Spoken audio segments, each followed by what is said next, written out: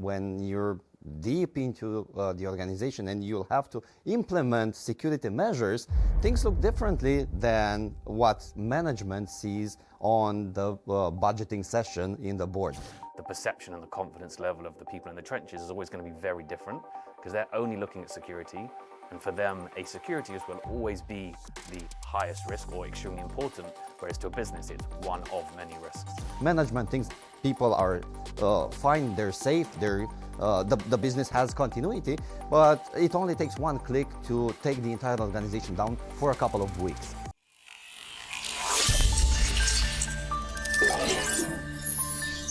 Well, hello and welcome to today's episode of Cybercrime from the Frontlines. It's great to have you with us here. I'm Bruce Sussman, your host for this podcast episode, and we're exploring the maybe unseen perception gaps that exist within your organization.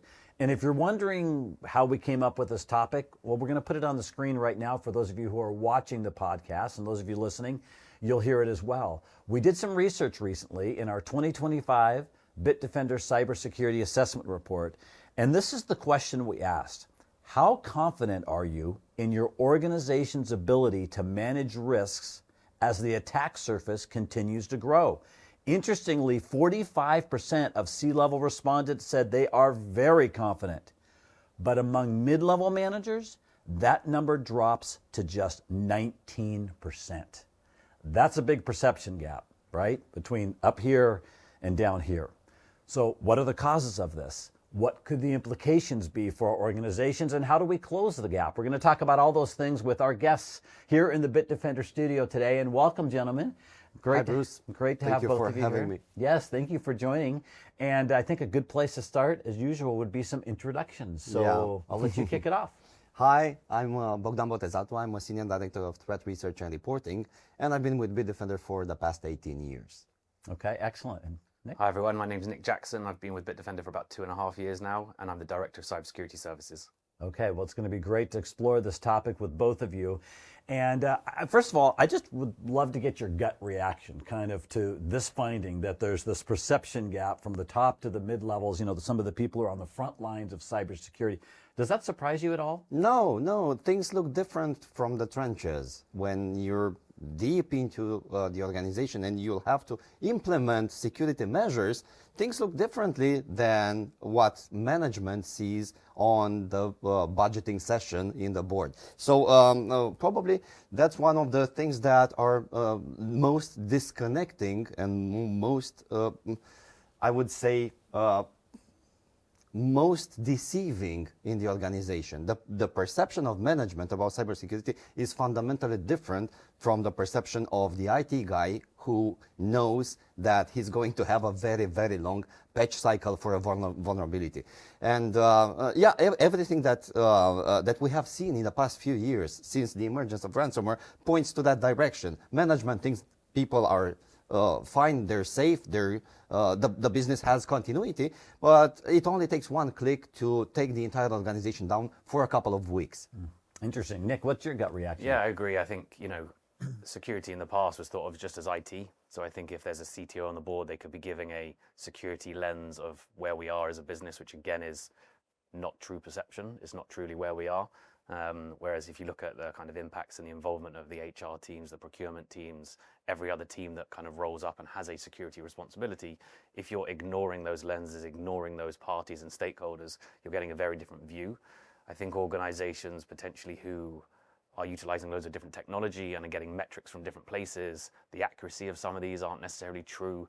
Maybe you're getting metrics and data from different data points, but we all know about shadow IT, so you're getting, therefore, information that's not accurate and not representative of the entire ecosystem or the environment that your organization is responsible for. So there's loads of different factors why the information that's being reported or not being reported up to the board is giving the wrong perception. Plus, I think the senior management and the senior stakeholders in the business will be looking at cybersecurity as one of the risks to a business. So I think the perception and the confidence level of the people in the trenches is always going to be very different because they're only looking at security. And for them, a security risk will always be the highest risk or extremely important, whereas to a business, it's one of many risks. And where it sits in line with business risk appetite is, again, another factor to play. So there's loads of different things for us to talk about today. So if I hear both of you correctly, I mean, it's a different in perception, but I still can't tell like which perception is closer to reality. Does it depend? Is there anybody have a lock on what's real and what's not? I think it depends on every business. Again, whether it's the data that you're getting, the accuracy of that, where, like I said, if there's any shadow IT that you're getting, visibility of.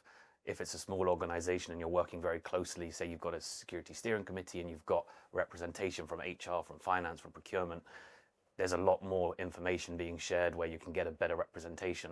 But I think one of the biggest issues we see nowadays, and again, it depends on the organization, depends on the CISO you're working with. They all have slightly different roles. You get some really technical, some very strategic CISOs. So again, their visibility and the information they're getting is different.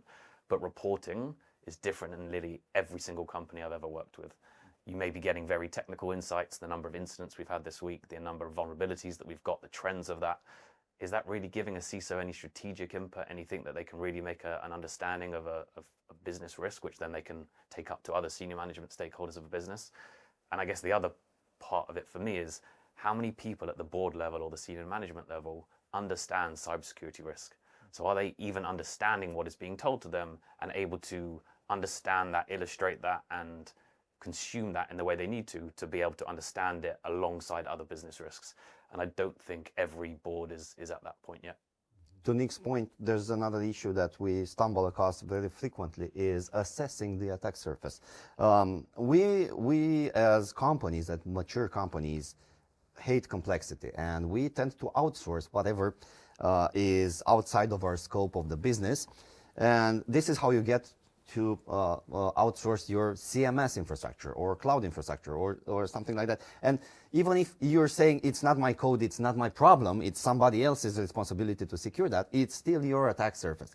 And most of the times when you look at the slides from a high level position, you fail to take into account this aspect, the fact that even if it's not your code, it's still your responsibility, and you need to be aware of the cybersecurity aspect, because otherwise you will be leaking customer information until the CMS owner will fix that, right? And the more close to the cybersecurity practice you are, the more visibility you have into that. You know that you have a third-party codes running in your infrastructure, or you're relying on a supply chain for your business, but at the top, it's just costs. It's not really infrastructure that you are perceiving as a business owner. Yeah, I see what you're saying. Very interesting. And Nick, do you have another example of where you've seen this unfold, maybe as you work with an organization and you work with both someone who's senior, more senior, and somebody who is more mid-level, and they see things a little differently? Have you come across this? I mean, it sounds like you have, but can you think of any examples that come to mind? So yeah, I did some work a long time ago actually with a retailer in the UK where essentially they'd made quite a large acquisition of another retailer, same kind of market segment but slightly different. Long story short, actually one of the CISOs from the company that was acquired actually left very shortly after, and everything rolled up into one single CISO. Now every single piece of the acquired business is now the responsibility of this new CISO to then report on the risk to the rest of the organization. Every single person that was responsible for this company that was acquired had no understanding or no visibility onto things. The specific case I can remember was PCI. They had no visibility on the compliance of the PCI environment. They had no understanding of how many pieces of payment card information they were processing. They were not possible to give any assurance, any level of understanding or understanding of the complexity to anyone in the senior management team. However, because of the whole acquisition process, the senior management team didn't think it was such a big issue, because they were convinced that through the due diligence, they'd done enough to have a level of assurance over the company that had been acquired. But because there was no understanding, because there'd been no knowledge transfer for the CISO that had then left, there was this massive gap where essentially the whole discovery process would have had to have started from scratch, which leaves a massive, massive hole, which is not something any organization can fix quickly. I know none of us like documentation, but in that situation, documentation would have massively helped, but there was nothing. Yeah, that was a big gap. That would have been critical. Okay, that's a fantastic example. Now, I'm curious, when there are gaps like this, what kind of risks does it introduce? And I suppose it could appear in many different areas, but what are you thinking? Bruce, we've been running a ransomware decryption program for the past decade, and I've been through companies large and small, helping them get the information back. So basically how it works is that whenever we put out a decryptor, organizations download it and run it locally. And if they cannot handle the decryption process themselves, they loop us in and ask for help. So in this circumstance, I've seen their gaps from the inside. And most of the times when the disaster hits and they're held at ransom, we are approached by top management, and they're like, we thought we were protected.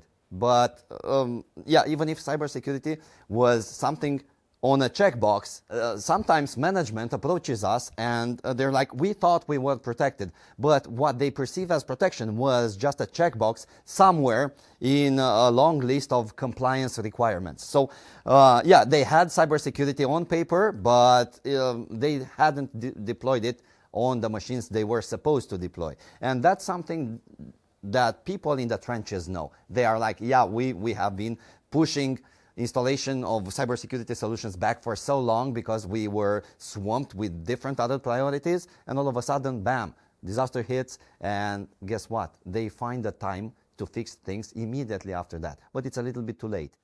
Yeah, absolutely. I think compliance is a great example. You know, too many organizations implement compliance of any framework, and they implement the controls in that framework, and they go, I'm compliant, and they think I'm fine. And again, from a comfort level perspective, you've got the senior management going, oh, we're compliant with an industry best practice framework such as ISO 27001. We're fine. We've got nothing to do. However, the people in the trenches really know that we're compliant, but it doesn't mean that we've closed every single gap. It means that we've identified the risks, and we've maybe as a business accepted the risk. We haven't got more investment. We haven't got resources to essentially mitigate these. So there's some big problems there when that level of perception is in that state. I think the other thing I wanted to mention was, say, for example, you've got an incident and you're looking at the roles and responsibilities around reporting and responding to that incident. The people in the trenches are creating playbooks. They're aware of their responsibilities for containment, for responses in that sense, and they understand their technical aspects that they need to do. The senior management team are therefore confident that from a security perspective and their perspective specifically, that the business knows what to do in the event of an incident. However, the people in the trenches are aware that the senior management team have no idea of their role and responsibility in the event of an incident. Do you report to a regulator? Do you have to tell shareholders? Do you have to speak to, other third parties to allow them, whether it's a supplier, to understand what needs to be done from a reporting perspective? There's a whole PR aspect to responding to an incident in the event of a cybercrime. So the people in the trenches are concerned that, yes, we know our bit, but the senior management don't know their bit. The senior management are confident because they're unaware of what their responsibility is, and they know that the junior stakeholders, the people on the ground, do what they're supposed to do. So there's confidence in some aspects, but not in others. And again, that's a big, big gap. Yeah, very interesting. Okay, let's talk about some of the things that we can actually do to kind of attack this problem. And first of all, I'm thinking about communication between the different levels, because I hear what both of you are saying. At the top you have different considerations. There's different things on your list that you need to make sure you're achieving relating to the business risk, and et cetera, et cetera. And down here you have the firsthand knowledge, like you were talking about, Bob. You're in the trenches. You see exactly where some other gaps are that you might not have visible here. So how do we increase the communication between these two levels and kind of shrink the gap? Maybe we can't close it, but can we shrink it? For me, it comes down to the whole governance framework of a business. I think too many people go straight into what tools do I need, what should I implement tomorrow, and that's the focal point, which I get, operationally it does make sense to some degree. Again, it does a lot. However, having that whole governance framework in, making sure that someone at the top is accountable for something, they understand how to leverage and illustrate the technical risk, articulate the technical risks in that business lens, and making sure that that individual is fed the correct information is key. Whether it's steering committees, whether it's having a proper reporting framework in place to say that these are all the data points I need access to and I need information about, the SLAs, the metrics, whatever, and making sure that then the information from all the tooling and the technology and other processes underneath are both accurate, timely, and given to the person in a a certain frequency that's agreed, just to make sure that they've got the information that they can actually then use to inform the rest of the business.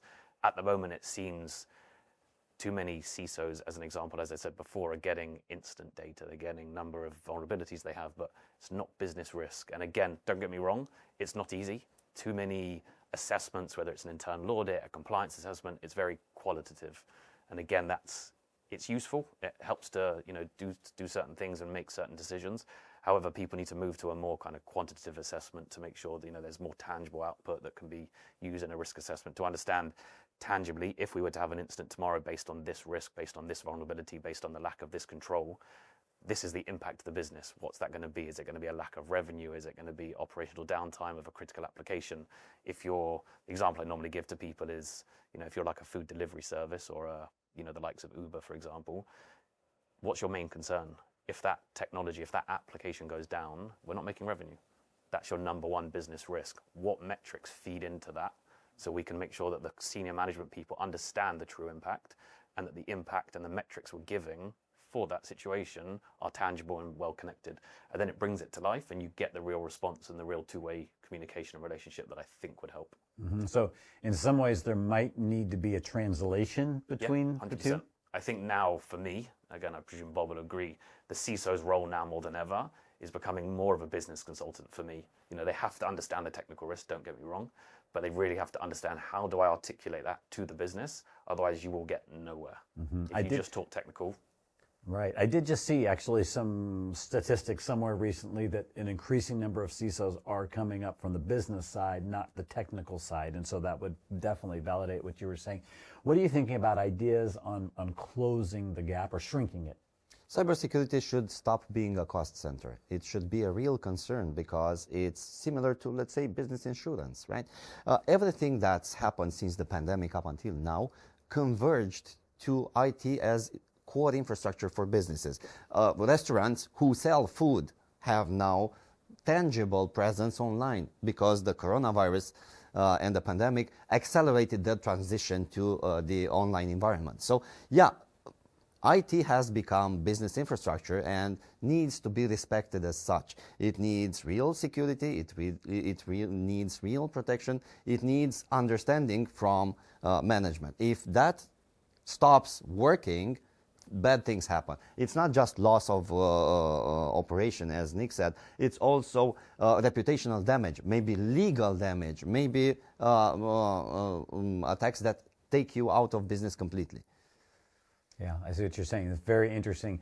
Let me ask you about this. In some cases, if there's a gap and certain things become a lower priority than maybe they would be if the top knew about it, like you were talking about patching cycles, for example.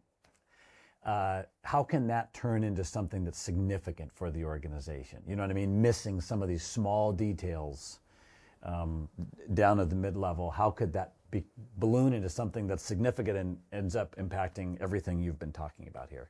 Any thoughts? The cybersecurity landscape has also changed. It's not just infrastructure that evolved, it's new risks that keep popping up. Look, a couple of years ago, we didn't have insider threat on our top priority list. Ever since North Korea started infiltrating people inside organizations, well, we have a new risk that we need to handle. It's not just CVEs and CVSS scores that we can staple on vulnerabilities and prioritize. It's like, well, am I infiltrated? If I am, what kind of assets do these people have normally access to? What kind of information am I exposing from the inside? What would that information lead to if it's stolen or it gets in the wrong hands? So I would say that we need to redesign and rethink our security posture every once in a while because things change a lot around us. Great point. And you're right. I mean, everything is evolving and it seems like more rapidly than ever before. Nick, what are your thoughts? Yeah, no, I agree. I think, insider threat is definitely something that's changed to some degree, but from my perspective, a different angle is the senior management team. Are they looking only at the malicious, threat, the malicious insider versus the unintentional or accidental insider? I think the understanding and awareness of security across a business is another lens to look at. And sometimes it's not always malicious. People just don't understand what they're supposed to do. The example I gave before about people's role and responsibility in incident response, it's not a malicious thing. It's just a lack of understanding, a lack of awareness when security is not a high priority for a business, when I've mentioned it to loads of people before. In the oil and gas sector, health and safety is extremely important. If security from a cyber information security is not given the same level of importance in a business, people just don't think about it all the time. And that leads to accidental mistakes, which can cause big errors, which if senior management don't think about it, they go, oh, it's probably never going to happen. And then it can cause a big incident or a big issue. I think you asked about patching before. Does senior management understand what that is? Do they understand what we're patching, what the vulnerability is that we're trying to patch? So if they go, oh, we can't do that because it's going to impact business operations, do they understand the impact of what they're actually saying, the decision they're making? People on the ground are extremely worried. But then the senior management team are going, oh yeah, but it's fine because we've made a conscious decision not to patch that system or delay the patch or whatever because it's going to impact X, Y, Z. But then it could actually be the wrong decision, but they don't really understand it. So again, the awareness piece comes in for me, lack of understanding, lack of visibility on the true impact to a business, which comes down to, again, the security team saying, we have a better understanding. We need to find a way to articulate this to the business in that business lens, which again, I think that's something for our industry to mature in and train the people from a security perspective to talk in a more business lens. Yes, and I think we've definitely seen progress that way, or at least it seems like we have, but we have so much further to go. So that's a great point. Okay, well, first of all, thank you for all of your insights so far. I wanted to ask for some final thoughts on this topic because we want to help organizations minimize the perception gap and think of ways to maybe even recognize that. I'm guessing some organizations will say, I don't think we have a perception gap, but it might be invisible. So what are your final thoughts on this topic? Start with an assessment. You cannot protect what you don't see. And one important thing that I think I forgot to mention is the fact that organizations have different types of endpoints. Now, look, smart cars are a thing, right? They're plugged into your infrastructure and they have a mobile connection to the internet. So the endpoint has changed a lot in the past few years. HVAC systems, surveillance camera networks, everything plugs into your corporate network and plays a key role there, right? But these things often seem to be overlooked when doing security assessments because, yeah, there are different types of endpoints than we traditionally cover. So when somebody gets inside the company through the HVAC system or through the IP camera system, yeah, that's something that you can easily overlook when doing cybersecurity assessments. Yeah, great points. Thank you so much, Bob. All right, Nick? I think I'll probably go on the very other side of the fence in my closing remark. I think I'd say, we're as a business very proactive, very preemptive. We focus on that. I think a lot of people may say we don't have a problem.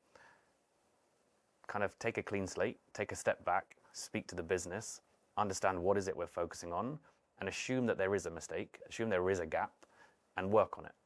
Sit down with senior stakeholders, sit down with the business, understand what they are concerned about, explain your risks, think about how you're reporting it, think about the information you're giving, think about that whole process end to end, and go, how can I make sure that the people understand my concerns in a clear manner, and I have a forum in which to educate and explain all of these in a consistent basis, whether it is reporting that's on a monthly basis, whether it is a quarterly steering committee where you get HR, finance, procurement, legal, everyone in the same room, and you explain your perspective, create something to help them.